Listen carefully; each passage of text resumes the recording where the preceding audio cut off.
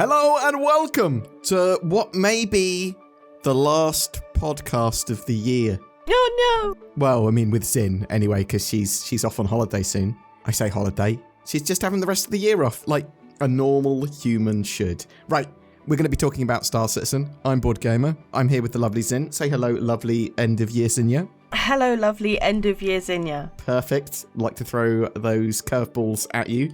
We're going to be looking at Alpha 4.0 preview, the Mirai Guardian, letter from the chairman, from Chris Old Roberts, the funding for this year, and Luminalia gifts. So are you excited? You ready? Wow! 4.0? So 4.0 previews in. What do you make of this? What do you know about the 4.0 preview? I mean, I know that it is 4.0. Yeah. But not quite live. But it is live. But it isn't live. Yeah, that is, you are very well informed. Yeah, so 4.0 preview, kind of live. What I mean kind of live is your progression in 4.0 in the preview that's up will carry over to 4.0 when it goes fully live. And what's the difference between it being fully live and what it is now? Not much. The only thing is that they're also running the 3.24.3 live build simultaneously. So you can pick from the drop down on the launcher if you want to play 3.24.3 or 4.0. That's pretty much it, yeah? From your understanding as well? Yeah, basically they're not quite happy with 4.0 and they don't want to make people have only 4.0 as a choice to play, so they're giving you both. How about that for a Christmas gift? Yeah, so Zin and I are both right with... we were umming and ahhing about whether 4.0 would be actually released by the end of the year or be open PTU and that sort of stuff. So we're both wrong and we're both right. Yeah. It's a Christmas miracle. So yeah, there are issues with 4.0. It actually is, from what I can tell, very performant, very stable, very snappy. Probably the best experiences with that I've had in Star Citizen ever, but there are loads of bugs. And they are very much in the process of hotfixing those, even now. Just bam, trying to get hotfixes out. But things like the best quality of life update, which was spawning in your home hangar when you are in your home, has currently been turned off in 4.0. Oh. Yeah, I know. So a couple of people messaging me going, I logged off and I was supposed to spawn in my hangar. Do I need to bed log or something? I was like, no, they've actually just turned it off due to bugs and problems. I think they're going to be turning it back on, hopefully, in the next couple of days before they go on. Well, I say next couple of days, hopefully today, before they go on Christmas holiday fully. That's a bit of a shame, but it's just goes to show that 4.0 isn't ready to be the only live build. But Zin and I will be trying to get some gameplay of that over the coming days. It'll mostly be in the new year, though. I'll be playing it a bit. Are you excited for 4.0, Zin? Has it been like a long time coming? You're like, yeah, or is it like, well, there's still a long way to go? It's good that it's here. Mm-hmm. It's a milestone, really, isn't it? It's it server is meshing. Yeah, and lots of other stuff. But server meshing is a big one. It's server meshing and pyro, right? Yeah. That is the definitive features of 4.0, and they have delivered on that. You will see a lot more players in your shard. I think it's, at the moment, they're doing it with 500 per shard, but they'll almost certainly up that to 1,000 once they've got that a bit more refined in the new year. There's obviously jump points, there's pyro, giant star system, pyro, loads of content there, factional warfare, loads of new areas. There's the contested zones and asteroid bases and the executive hangar stuff. So this is all cool MMO dungeon almost looting, extraction, shooter stuff. But if you go down some of these paths and you do some of the missions and cool stuff associated with it, you can earn yourself ships with meta upgrades. And there's a load of cool loot in those contested zones that you can't get elsewhere. For exclusive loot, as it were, and high level loot. Do you like the idea of contested zones and asteroid bases for that? Yeah, I think it's good. Yeah. And it also will drive people to want to actually play it. Yeah. And I've seen loads of people getting loads of high level rewards just doing it solo. There's a load of people that do it in pairs or small groups that are getting the high level ship rewards and stuff like that as well. So it is very much doable. Yeah, it's a great FPS experience, contested zones, when you get a good experience.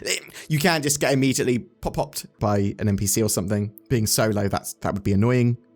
If you're playing with another player, great, they can res you. And if you're playing in a group, you lower the risk. But also, the rewards have to be shared. Or maybe they don't. loads of cool stuff in 4.0, but there are loads of bugs, and they are hotfixing that now, and obviously them turning off that new hangar spawning, which is basically you spawn in your home hangar when you're at your home location, which is great, but if you're not at your home location, you'll still spawn in a hab, but at the moment, you're spawning in habs everywhere because they've had to turn it off.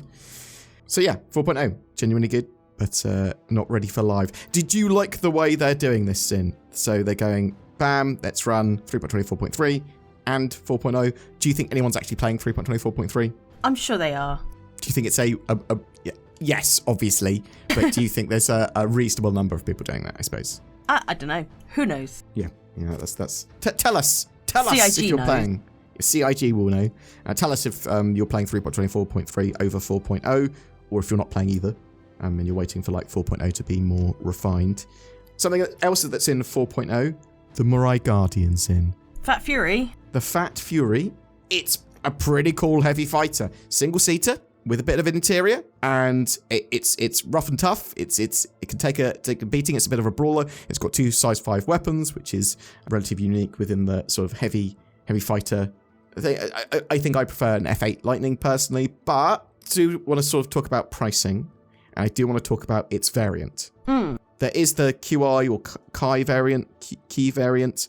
Someone said that QI might stand for quantum interdiction. Quantum interdictor kind of makes sense because it's got a bit too on the nose, really, for Mirai. It might be, but yeah.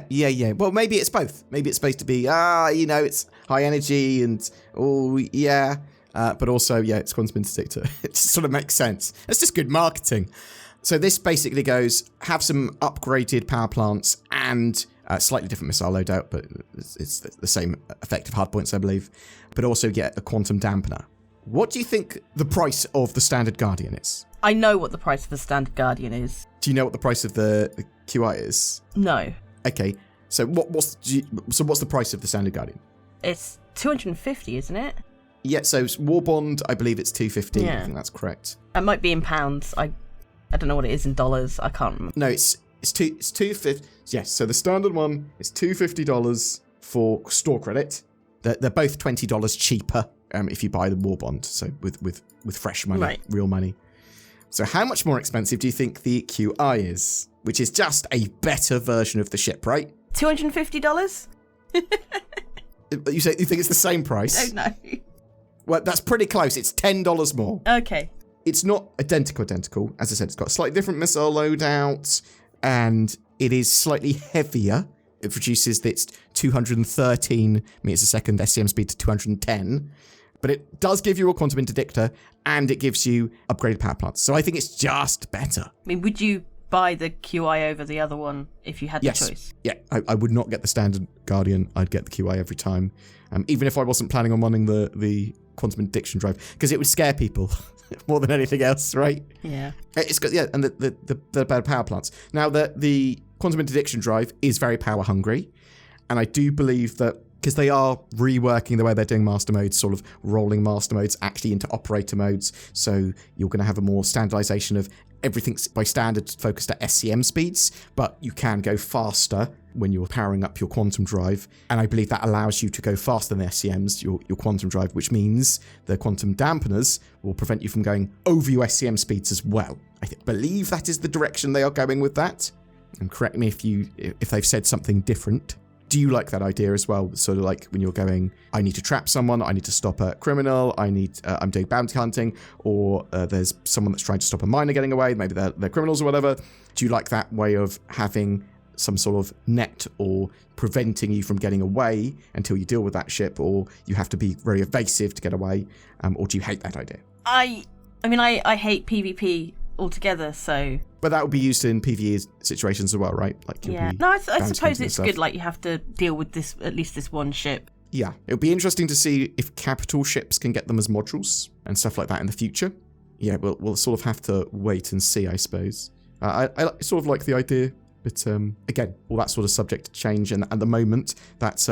I reckon this is how it's going to work in the end rather than we know, because they are still evolving the flight model, they're still evolving those navigation and SCM modes. But we'll see something, I believe, from like 4.1, 4.2 onwards later next year. Letter from the chairman, Sin. Chris Roberts, They released him from his little cage. Got him out of storage. Yeah, he's like the groundhog in Groundhog Day, right? They get him out of his thing. If Chris Roberts gives a good response and it comes out for Christmas, then you know it's going to be a good next year. So Chris Roberts does these occasional letters basically thanking the community, explaining what's going on with a particular release or whatever. Maybe does them like twice a year. Now we used to do them pretty regularly, but twice a year is okay. I wish Chris was more front and center. What do you think about that? Do you think it's important for Chris to be active and talking to the community, or not so much anymore? I think just as long as information is conveyed, I don't really mind who's conveying it. That's fair. So yeah, I suppose that's why they have a community team. That's why they have Inside Star Citizen monthly reports, Star Citizen Live newsletters. There is a ton of ways they convey us information. I think that it's because we used to have them loads, those letters from the chairman, that it feels like I'm missing something when getting less of them. But that's because I've been covering the game for like 10 years when we used to get them tons. Yeah, you're probably right. We are getting loads of other ways of getting information, roadmaps and stuff as well. So, but basically in that letter, Chris went 4.0 wasn't ready for like full-on prime time, which is why we've done this sort of like split release, and we'll be running these sort of like in parallel, 2 builds. Now, going forward, they basically said, look, with new features and testing and that sort of stuff, we may well run 2 builds simultaneously, one on the live build, one on the preview build, and then phase in features when they are hot fixed and refined from that preview build into the live build. Which is what I said they should do. That is what you said they should do. I think they just listen to me, don't they? They just listen to our podcast and go, that's Zinnia. She knows what she's talking about. Well, there's certainly, there's definitely a load of CIG people that listen to our podcast. I'm not sure if they agree with anything we say. But a lot of the time we parrot or talk about public sentiment about other stuff. So a lot of our ideas haven't come in from vacuum. It's other people suggesting things or other stuff that we've read, or it makes sense because we covered the game a reasonable amount. But yeah, I think you were totally right with that originally. And obviously that's what they've decided to do. It's a little bit different from just standard PTU builds. It is literally going, look, we'll mirror this live build. We'll put these new features into this preview build, refine them, stick them into the current live, and then keep on doing that. Now, do you think that they're going to be doing the standard way they do everything with this as an addition, or partly instead of, or how do you see this all working? I mean, from what I read, it sounds like it's going to be in addition to. Yeah, that's also what I understood. But stuff changes in development. That's all I'm saying. Just sort of wanted to know that we're on the same page with that as well. Because some stuff in the newsletters, some stuff in the letter to the chairman stuff is quite vague. And so, we're doing it like this now. But doing it like this now might mean that they're actually changing the way they did it before, removing old parts or keeping it the same.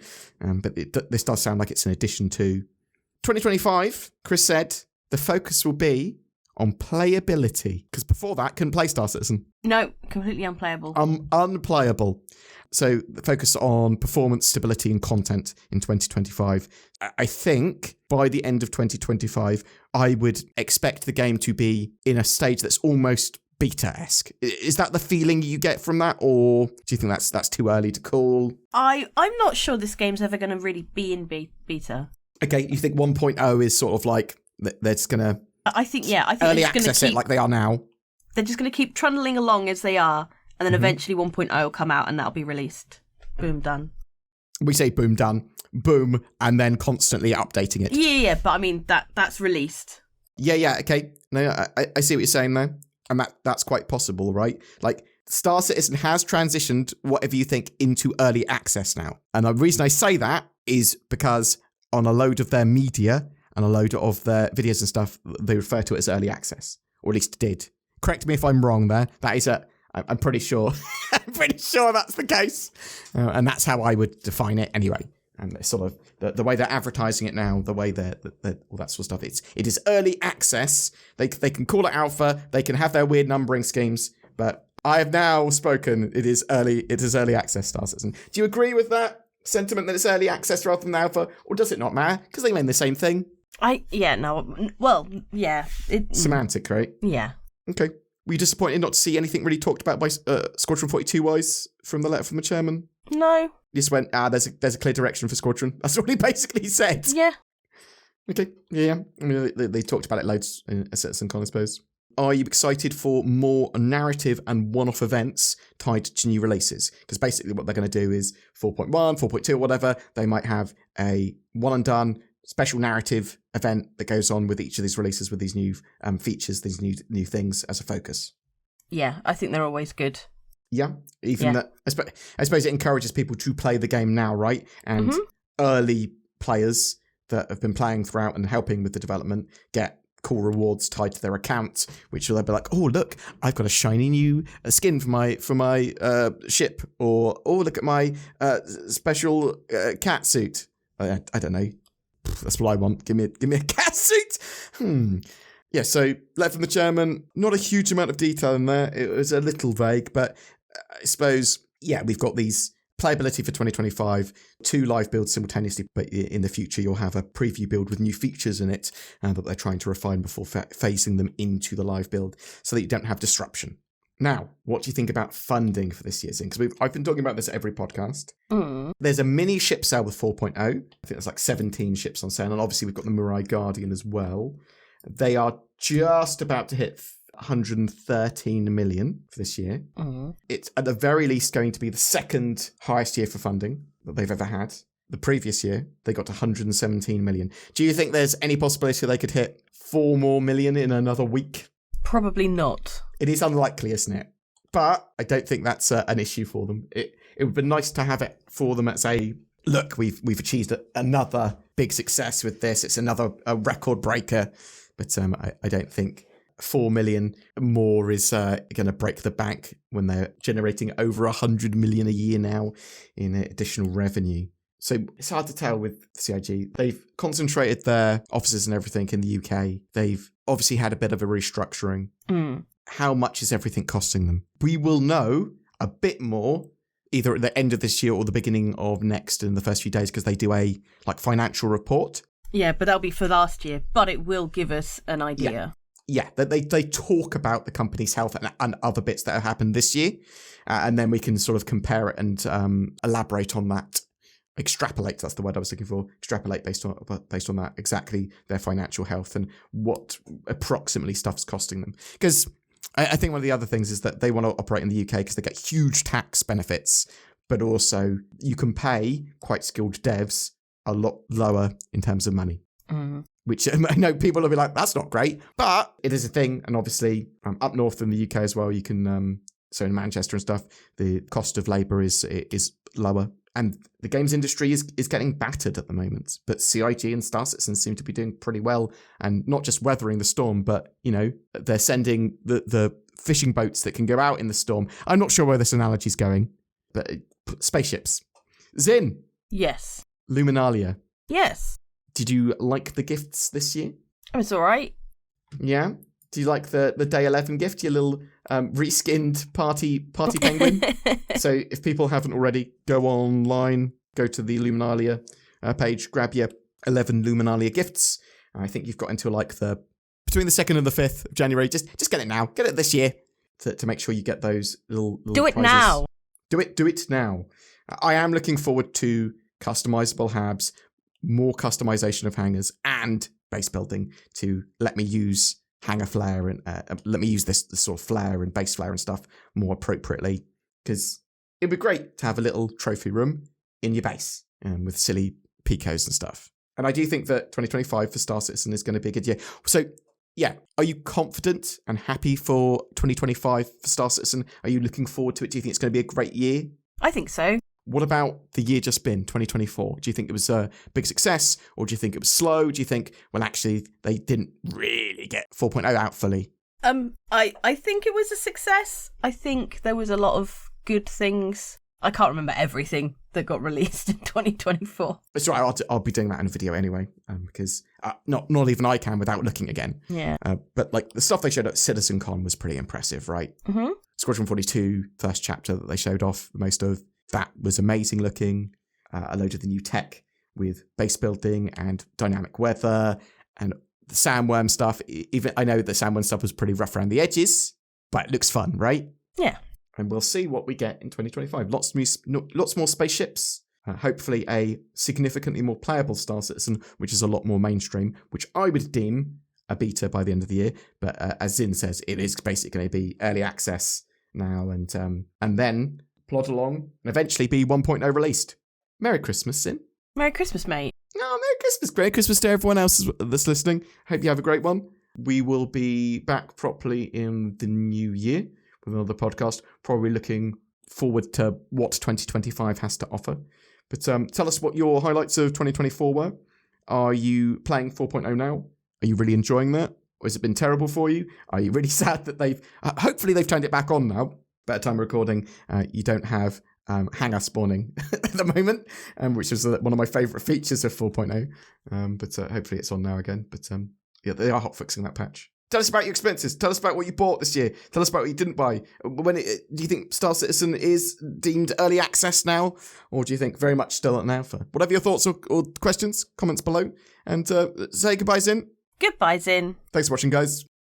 The Tobii Eye Tracker 5 is on sale until the 3rd of January 2025. You can get 20% off now. It gives you natively supported high-precision head and eye tracking in Star Citizen, and it is absolutely awesome for deeper immersion, for combat, for a whole range of stuff as long as you use it. Go to tobii.gg/BoredGamer or use the links below to get that discount and help the channel. Ho, ho, ho. Hey there, Timmy. No, that's Northern Claus. No, ho, Timmy, I am normal Santa with presents for you. You're really a normal Santa? Yes, why would I lie about that? I'll have the one on the left. There you go, Timmy. Open your lovely box of spiders. I hate spiders. So do I, Timmy. That's why I would have picked the other box, which was full of NordVPN. Ho, ho, ho. Use the links below to get nordvpn.com/BoredGamer and help protect yourself online, but also give you better accessibility. It should be part of your Christmassy toolbox. Merry Nordmas, one and all.